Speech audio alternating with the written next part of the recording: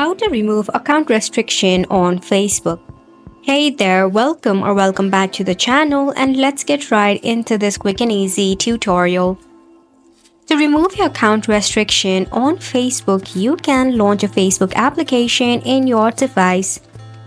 So over here, start off by logging in into your Facebook account if you have not yet. Once logged in, tap open the three-dot icon that is at the right-hand corner. Once you are in the menu section, scroll down and tap on Settings and Privacy. Click on the Settings option.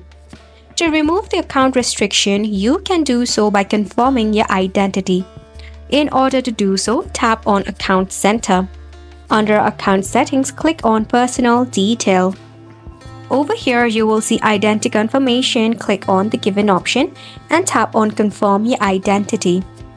Now, if the issue is regarding running ad, you can tap on running ad, but it is more about protecting your account, then click on protect your account. Currently, I'll be selecting this one, then tap on the select option. Head over and select the country that you are from. Once you do so, now click on next and tap on yes, continue. After that, you need to upload any of the personal ID that can be your passport, driving license, or any sort of documentation.